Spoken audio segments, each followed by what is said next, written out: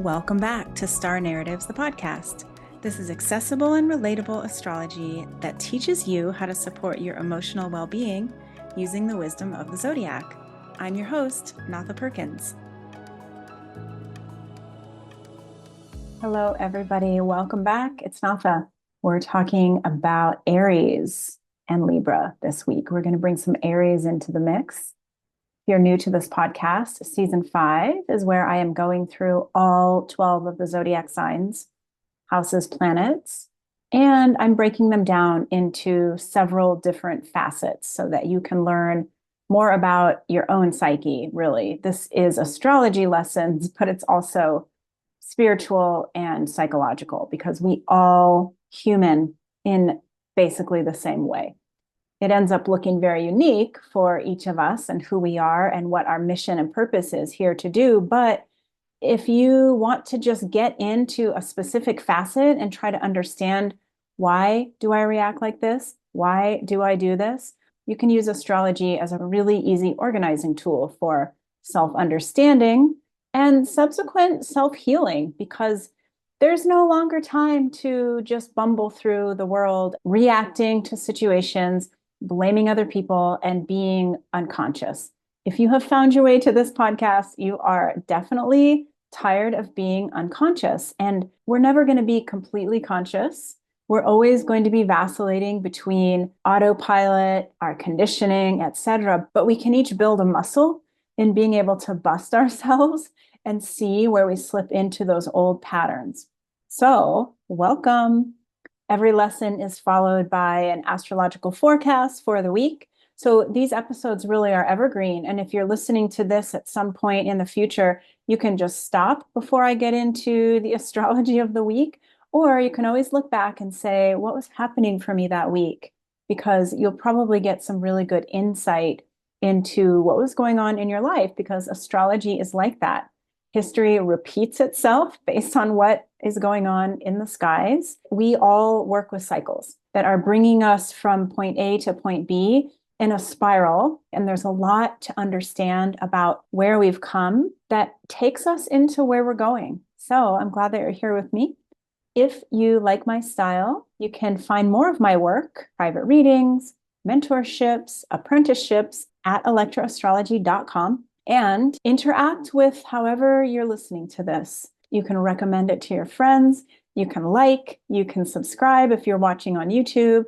You can leave a review if you're listening on a podcast platform.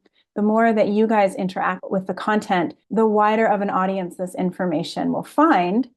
So we are looking at the archetype of Aries and Libra. They are separate. However, they are enmeshed with one another. You really can't have one without the other. And it's like this for every single zodiac sign. Libra, as we've been talking about over the last few weeks, is about partnership. Libra's a cardinal sign, and so is Aries. And these are real powerhouse signs. The boss energy that comes from both Libra and Aries is pretty intense. Now, with Libra, it's a little bit more subtle, like we've been talking about. Libra rules through being nice and being easy and being pleasant. And that is where that saying, you can catch more flies with honey than with vinegar, comes from. And it's true. A lot of times we can get what we want. We get our needs met by being really pleasing. And that is when we are tapping into our Libra energy. And Libra is the diplomat. Libra is the listener. Libra is the one that moves in to create balance, that brings a sense of integrity to the relationship. But like we talked about in the shadow episode, when you defy Libra, when you betray Libra, or when you aren't quite delivering, or you have somehow instigated the Libran envy, that's when that Aries energy comes into play. Now, Aries is one of the strongest signs in the zodiac. It is a fire sign. Fire signs are incredibly strong because you can't mess with fire. We all know that fire will burn when you touch it. We know that we need fire in order to live, and that we are very much at the mercy of fire. We know that fire can easily get out of control, that fire can be really explosive, and all of that is true about Aries. So if we just take a minute and look at Aries, Aries is where we are learning to perceive ourselves. It's also where we are noticing that others see us in a certain way. And it is where the rising sign is. It's the eastern horizon, and it is the rising sign or the ascendant in everybody's chart. This also rules the solar new year. There's a lot of power and force that comes along with Aries. Aries is the warrior, it is the decision maker, and it is the action taker. And we all have Aries in our chart. In fact, you can look at where Aries lands, what house Aries rules in your chart. And that is where you are very likely going to be the most assertive, the bossiest, and the most willing to stand up for yourself. So we love Aries energy because it really helps us to get what we want. And it doesn't have to be so nice and so easy. And Aries really, surprisingly, considering that it rules this area of our charts where we're so concerned with how we are perceived by others, Aries has a quality of like not really caring. Aries can be that energy that's not afraid to ask for anything that it wants. For example, we were out to breakfast this morning and we were sitting at a table that was right next to a larger table, and there was a party of 8 that came in, and clearly they needed our table to be able to push up against the other table so that all 8 people could fit. The service staff had given them a little table off to the side, and there was one woman who was total Aries energy. I overheard her saying, we should ask those people if they'd be willing to move. And all of her friends, very Libra in nature, were like, oh God, no, we can't. That's so rude. And the Aries woman, she turns and she says, hi, would you guys mind moving? And of course, it was fine. It was no big deal for us. We moved. They had their 8 top. And it's such a good example of how we each can tap into our Aries energy to get what we want. There's a fearlessness with Aries. Now, there's a fearlessness with all of the cardinal signs. Aries, Cancer, Libra, and Capricorn, because these are the leadership signs. These are the ones that look around the room, calculate who's in charge, what do I need, how do I need to show up in order to get my needs met. Aries asks for what it needs or it demands it. Cancer, like we talked about in Cancer season, intuits what does somebody need from me in order for them to give me what I want. Libra says, how easy and pretty and flirtatious do I have to be to get what I want? And then Capricorn says, I'm a boss. You're going to respect me. I'm just going to tell you what I want and you're going to follow suit. Okay. So when we're talking about Aries energy, it's the part of you that doesn't really care whether you have to inconvenience somebody else to get what you want. It's the part of you that is very fearless and independent and says, look, I'm going to move into action. I am willing to go to battle for what I want. And sometimes the battle is going to be really obvious. Aries people are often the people that are loud, proud, honking the horn, even rude. But Aries people are also the ones that ask for what they need. So we might have a love-hate relationship with Aries energy in general. Sometimes it is too abrasive, it is too dominating, and it is intimidating. But we also know that it is the Aries energy that gets the needs met. And so you may have a love-hate relationship with your own Aries energy, depending on what it was like for you as a child, because there are many facets of different kinds of cultures where strength is praised and appreciated and encouraged, perhaps for the masculine, but being strong and loud and demanding, it's not considered polite or appropriate. And sometimes that can be pushed more on the feminine. So you might, depending on how your parents reacted to strength, to a demand for your needs getting met, you might have an interesting relationship with your own Aries power. But the thing is that we all have Aries somewhere. You've heard me talking about how our South Node currently in the sky is in the sign of Libra. And if you're listening to this in the future, think back to 2023 and 2024 and think about what those years brought for you, because the South Node in Libra is asking us to not worry so much about being so polite and so pretty, easygoing, conforming, buying certain things in order to look successful. We're looking at taking space from all of that and really seeing it for what it is. Conformity Wanting a certain kind of attention for being pretty or popular is empty. And what we have been doing with the North Node in Aries is we have been looking around and trying to really get a grasp on our own power. And if you were trained out of your power, you were somehow taught that being powerful was dangerous, you were going to get in trouble if you had needs, or it was rude or not acceptable, then you're having to do double time of that work, really getting like, hey, I'm allowed to ask for what I want. I'm allowed to advocate for myself. I'm allowed to be really powerful, even if it makes somebody else uncomfortable. Because Aries is the warrior energy and Libra is the relational energy, you can see how these two archetypes might have conflict with one another. How can I be in relationship with you if I have to stand really strongly in my power and it's going to upset you? And why would I risk upsetting you if my concern is being easy and not rocking the boat? So we really are faced with this conundrum when we're working with this axis around how to assert the power. Which well am I drawing from? Am I drawing from my nice, easy, let me pet the fur the right way well? Or am I drawing from my standing strong, unwilling to compromise well? Take a deep breath as you're listening to this and just notice how these words are landing in your nervous system. And if you can, get a sense, which of these wells are you most likely to draw from? And what did you learn about personal power and the effects of personal power? A lot of us learned that saying no, standing up for ourselves was not okay. And if you're somebody that learned that it wasn't okay to be angry, wasn't okay to have boundaries and stand up for yourself, how are you working with those teachings now? How are you seeking to understand your own personal power differently? And are you learning how to advocate for yourself in better ways? Now, another thing about Aries energy is that because it rules anger, now Scorpio rules that kind of seething anger that we hold on to, where we hold grudges. And I'll be talking about Scorpio soon as the sun moves into Scorpio. But Aries represents that quick, fast, explosive anger. So we all know that people that are angry, that are explosive, are intimidating, and we don't really like that. We don't really want to be around those kinds of people.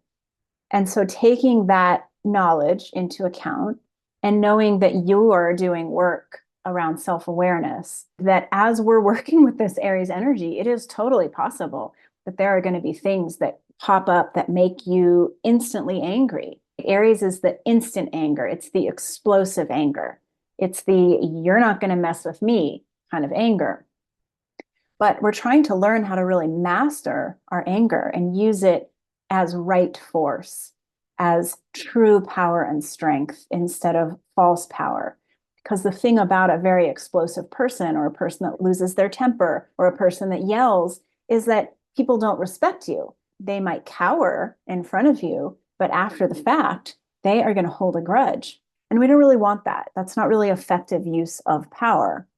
What we want is for people to respect us. And so we then have to learn how to work with this Aries in a way that gets our point across, that makes it very clear, but that doesn't insult other people and that doesn't disempower them, because we are still working with the other side of this archetype, which is Libra. And so we can't just explode and walk away. We can't just attack somebody, get our way, and keep moving on. We're always beholden to this Libra energy of, okay, I have to be powerful, but I also have to make sure that I'm leaving the other person with some sort of sense of equilibrium. If you are somebody that tends to be very explosive, think about that. How do you go back and remedy? Sometimes that can look like simply apologizing, can look like asking for a secondary conversation once tempers are calmed down. It can also look like taking a moment before you move into action to think about, what does this situation call for? How can I assert myself while still making sure that the other people that I'm dealing with feel taken care of and feel attuned to? because we're still dealing with this concept of integrity and of getting our needs met, but not through being so dominating that we're that soldier that's just killing everybody. And that can be really hard because Aries is the god of war. So ideally, what we're looking at is playing around with our own internal relationship to Aries energy and questioning, how can I be a warrior that still has integrity? How can I be a warrior that still values the other person while getting my needs met? This is some work for you, some homework if you choose to accept it. And we are doing a full moon in the sign of Aries this week. So these themes are going to be front and center for you. We still have, of course, the nodes in Aries and Libra for now. So if you have any episodes this week where you get triggered and you feel that anger rise, see whether you can work with it through conscious, taking a deep breath, stopping a moment, trying to understand why you're having the reaction, what need it is that you're trying to meet of your own, and is there a way to meet that need while incorporating diplomacy as well. All right, let's talk about the astrology of the week. You might be feeling some messy energy because we have come out of so many planets connecting with one another over the weekend, including the Sun squaring Chiron, Mars squaring Chiron, Jupiter stationed retrograde, Pluto stationed direct, and the Sun made a trine to Jupiter. It's been a lot, and it will continue to feel like there is a lot being given to you to process and to try to understand. The biggest thing here through the next few months is to move through with the reminder that you have a center that you can always access. That simple deep breaths go a long way in soothing of the nervous system. When we begin here on Monday, the 14th, I want to show you, if you're watching this on YouTube, you'll be able to see this visually. But we have the Sun, Mars, Jupiter, and Chiron all at 21 degrees. If you are using the step system that astrologer Christopher Witecki uses, the 21st degree is a degree that relates to teaching. There are many teachings that are coming through right now.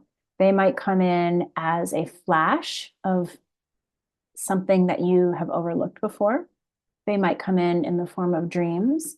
They might come in through conversations that you're having with people, through finally getting to a conclusion around an old storyline.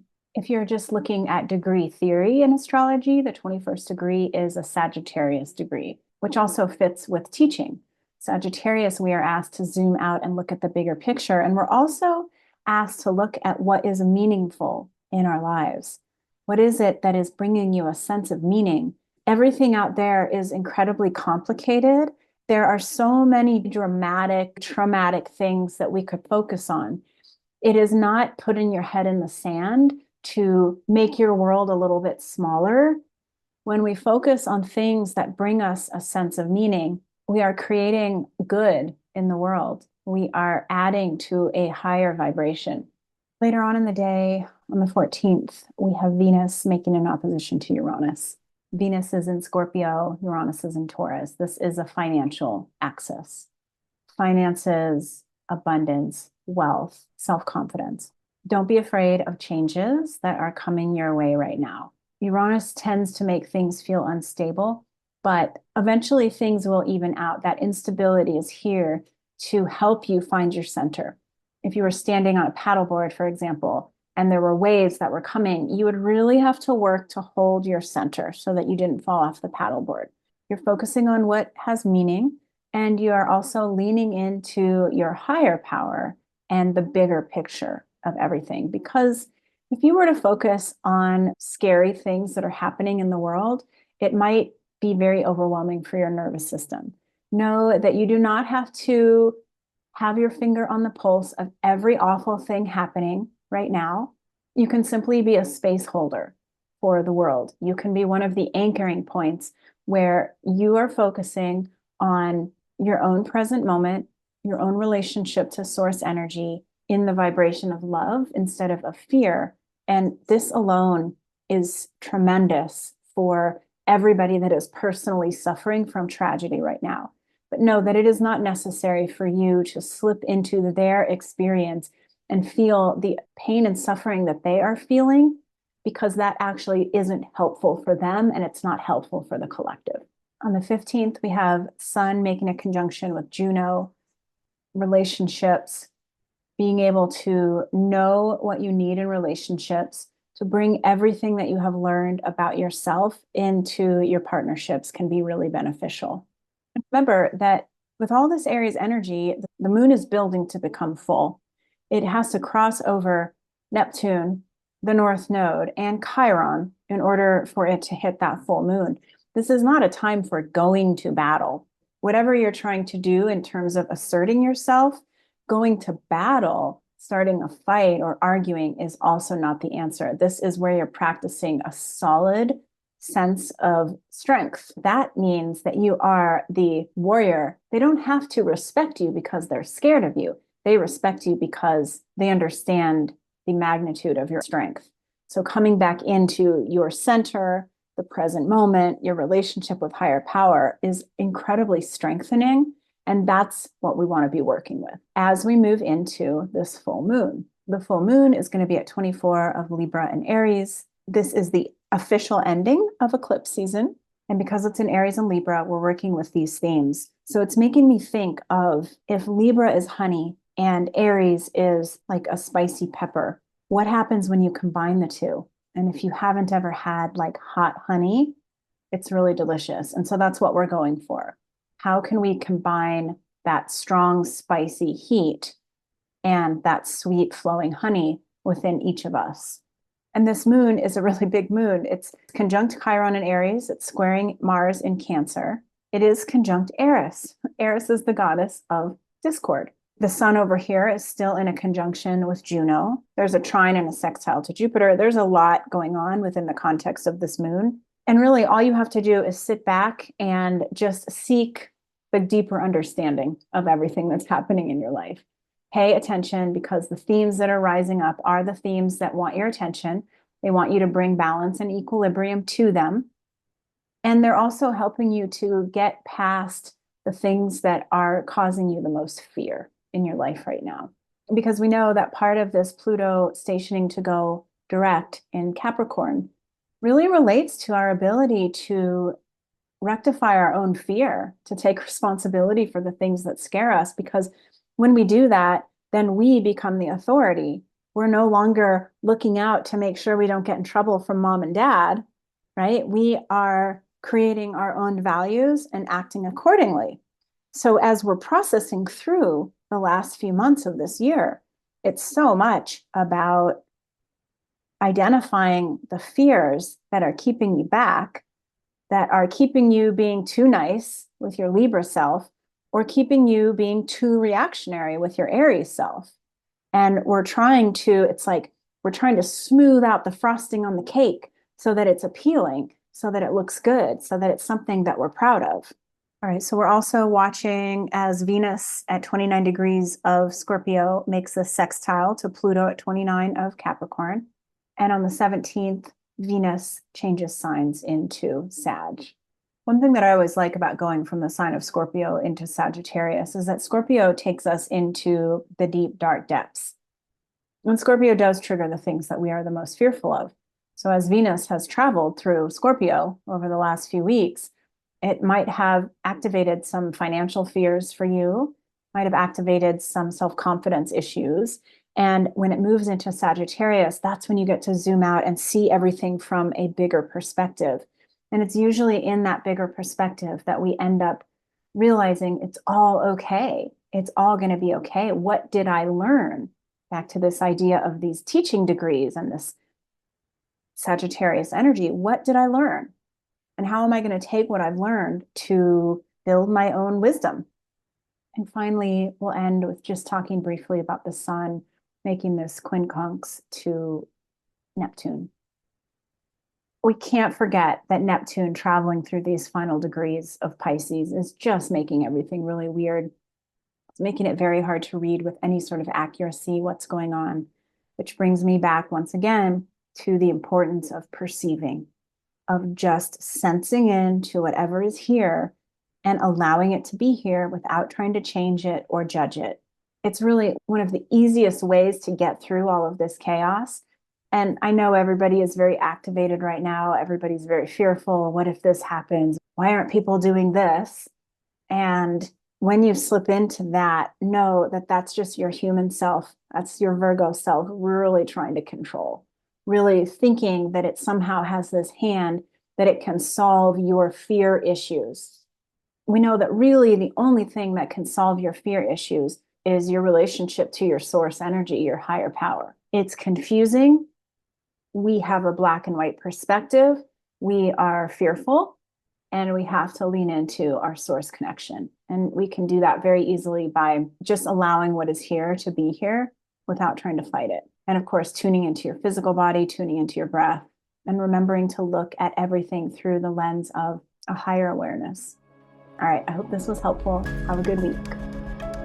Thanks so much for joining me. If you have enjoyed what you have heard, like, subscribe, leave a message, leave a review. You can find me on Instagram at Electra_astrology or on my website at electraastrology.com.